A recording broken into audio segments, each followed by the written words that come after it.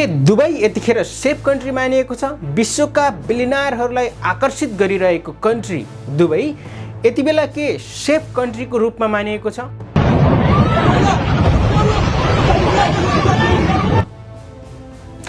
त्यहाँका फुटेजहरू हेर्दा मिसाइलहरूका टुक्राहरू खसिरहेको अवस्था देखिन्छ। विभिन्न ठुला होटलको छेउमा मिसाइलका टुक्राहरू खसिरहेको अवस्था छ। विशेष गरेर अमेरिका इजरायल भर्सेस इरानको यो महायुद्धमा इरानका सुप्रिम लिडरको मृत्यु भएको अवस्था छ। त्यस मृत्यु पश्चात इरान रोकिने अवस्थामा देखिँदैन। त्यो डिफ्युज गरे हो क्या? हैन, गरेको छैन। यो कता हान्यो म? त्यही हान्यो, तिनमै हो। तिनमै हान्यो,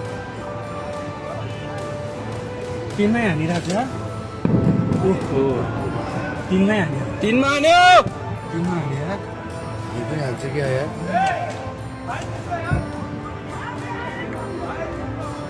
जाउँ यार बाहिर अब यो लडाईँमा दुबईको आकाशमाथिबाट यति बेला विभिन्न डिफेन्स गरिएका मिसाइलका टुक्राहरू खसिरहेका छन् र दुबई यतिखेर एकदमै अनसेफ कन्ट्री मानिएको छ। हाम्रो देशका अधिकांश नागरिकहरू त्यो देश दुबईमा काम गरिरहेको अवस्थामा छन्। रोजगारीको सिलसिलामा दुबई पुगेका छन्। लाखौं नेपालीहरू यति बेला दुबईमा काम गरिरहेका छन्। के ती नेपालीहरू वास्तवमै सेफ छन्? यति बेला विश्वकै सबैभन्दा धनी मानिएको राष्ट्र दुबई, यति बेला विश्वकै सबैभन्दा सम्पन्न मानिएको राष्ट्र दुबई डगमगाएको अवस्थामा छ।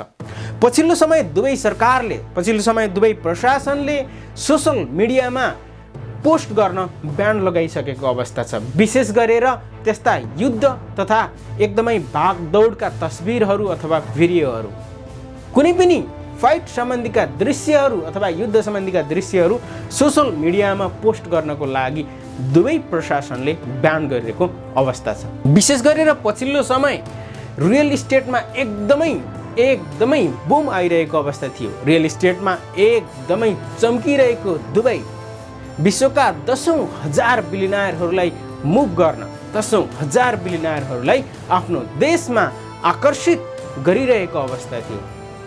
यति बेला अमेरिका इजरायल भर्सेस इरानको युद्धले दुबईलाई एकदमै प्रभावित गरेको छ। हुन त दुबईको डिफेन्स सिस्टम एकदमै बलियो छ, तर दुबईको जुन साख थियो, दुबईको जुन आकर्षण थियो, के दुबईले त्यो बचाएर राख्न सक्ला?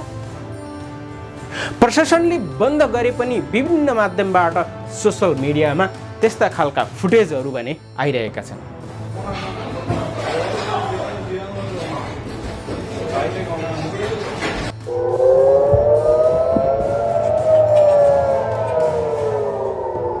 इरान यति बेला सुप्रिम लिडर विहीन भएको अवस्था छ। इरानले यति बेला जुनसुकै कन्ट्री, आफ्नो वरपर रहेका जुनसुकै कन्ट्रीमा पनि मिसाइल हान्न सक्ने अवस्थामा छ। युद्धभूमिमा होमिएको इरान यति बेला रोकिने अवस्थामा छैन। विश्वमा सप्लाई हुने तेल अहिले यति बेला बन्दरगाह हुँदै रोकिने तेलहरूलाई बन्द गरिदिएको अवस्था छ। इरानले चेतावनी दिएको छ, यदि कुनै पनि कन्टेनरहरू तेल लिएर, कुनै पनि जहाजहरू तेल लिएर आफ्नो पोर्ट मार्फत क्रस गर्छन् भने ती जहाजहरूमा मिसाइल हान्ने चेतावनी दिइसकेको छ। यति बेला इरानले विभिन्न खालको रणनीतिहरू लगाएको छ युद्धमा। हुन त यति बेला इरान लिडरसिप बिनाको कन्ट्री जस्तो देखिएको छ, तर के वास्तवमै लिडरसिप विहीन भएको छ त? फेब्रुअरी 28 मा स्टार्ट भएको वार पछि अमेरिका इजरायलको हमलामा इरानका खमनईको मृत्यु हुन्छ, जो सुप्रिम लिडर थिए। त्यस पश्चात भने इरानमा एकदमै खलबली मचिएको छ। विशेष गरेर स्कुलहरूमा, विभिन्न क्षेत्रहरूमा मिसाइलहरू खसिरहेको अवस्था छ। मानिसहरूको हताहती भइरहेको अवस्था छ। विशेष गरेर यो त्रासका बीचमा यतिखेर इरान दौडिरहेको छ। जब खमनईको मृत्यु भयो, त्यसको बदला लिन इरान जुनसुकै मूल्य चुकाउन पनि तयार छ। यस बीचमा के गल्फ कन्ट्रीहरू लगायत दुबई वास्तवमै सेफ कन्ट्री मानिएको छ? पछिल्लो समय रियल इस्टेटमा एकदमै चमक आइरहेको दुबई विश्वका विभिन्न क्षेत्रबाट व्यक्तिहरूले आकर्षित गरिरहेको थियो। त्यति मात्र होइन, नेपालका अधिकांश व्यक्तिहरूको दुबईमा अपार्टमेन्ट, दोस्रो घर, तेस्रो घर अथवा इन्भेस्टमेन्ट अपार्टमेन्टहरू किनिरहेको अवस्था, लगानी गरिरहेको अवस्था थियो। के ती अपार्टमेन्टहरू यतिखेर ध्वस्त हुने अवस्थामा छन्?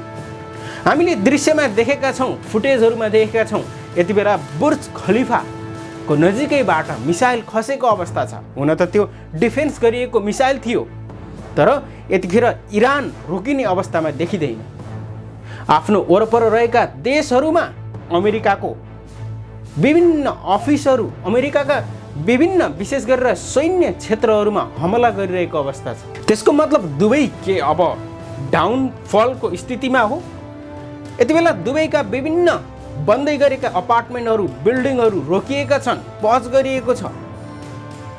आर्थिक स्थिति यतिखेर सुस्त गतिमा जाने अवस्थामा छ। सामान्यतया कमन नागरिकहरू डराइरहेको अवस्था छ। खानेकुराहरूको भाउ बढिरहेको अवस्था छ। के यस बीचमा हाम्रा नागरिकहरू, काम गर्न गएका नागरिकहरू के सेफ छन्? दुबईको डिफेन्स सिस्टम एकदमै बलियो देखिए पनि डिफेन्स गरिएका मिसाइलहरू खस्दा होटलका नजिक अथवा भनौँ एयरपोर्टका नजिक विभिन्न आगजनीहरू देखिएका छन्। ती मिसाइलका टुक्राहरू खसेको कारणले केही व्यक्तिहरू घायल भएको समाचारहरू पनि आइरहेका छन्। अब यस पश्चात के इरानले फेरि पनि दुबईलाई टार्गेट गराएर अथवा दुबईको आकाशबाट आक्रमण गर्ने सम्भावना देखिएको छ? मानिसहरू ट्र्यापमा परेका छन्। एयरपोर्टहरू बन्द भएको कारणले, फ्लाइटहरू क्यान्सल भएको कारणले गर्दा मानिसहरू यतिखेर ट्र्यापमा परेको अवस्था छ। होटलमा बन्दी भएर बस्नु परेको अवस्था छ। दुबई देशबाट मानिसहरू आफ्नो देशमा फिर्ता हुनको लागि एकदमै चपेटामा परेका छन्। चाहे त्यो नेपाल होस्, भारत होस् अथवा कुनै पनि कन्ट्रीका नागरिकहरू यतिखेर चपेटामा परेको अवस्थामा छ। के दुबईमा अब जानु एकदमै अनसेफ छ?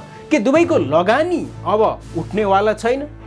अथवा भनौँ रियल इस्टेट क्षेत्र एकदमै बुमको अवस्थामा थियो, के त्यो बन्द भएको अवस्था छ?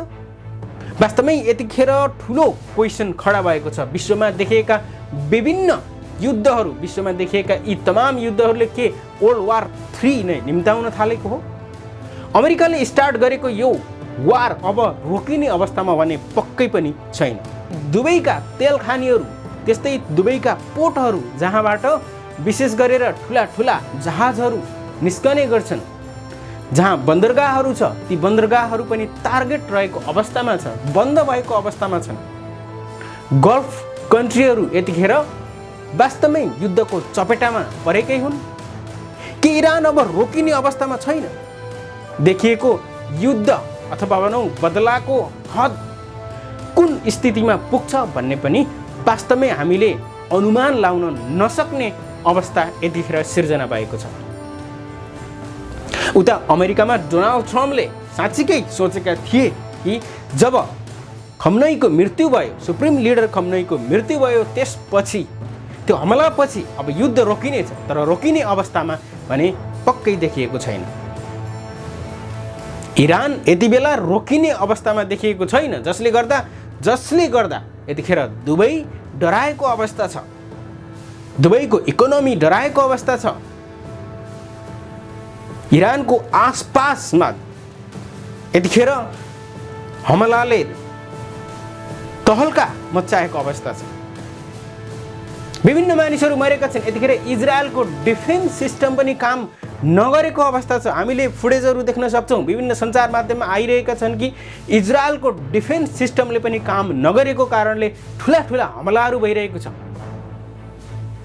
के इरानले आफ्ना सुप्रिम लिडर मरेको, आफ्ना सुप्रिम लिडर सँगसँगै सम्पूर्ण परिवार र विभिन्न जवानहरू मरेको बदला लिन जुनसुकै हदसम्म पुग्न थालेको? यी गल्फ कन्ट्रीहरू जहाँ सेफेस्ट कन्ट्री मध्ये एक मानिने दुबई, टुरिज्म सम्पूर्ण कुराहरूलाई लिएर अगाडि रहेको दुबई के वास्तवमै अब अनसेफ हुने अवस्थातिर जाँदैछ भन्ने ठुलो प्रश्न यति बेला खडा भएको छ।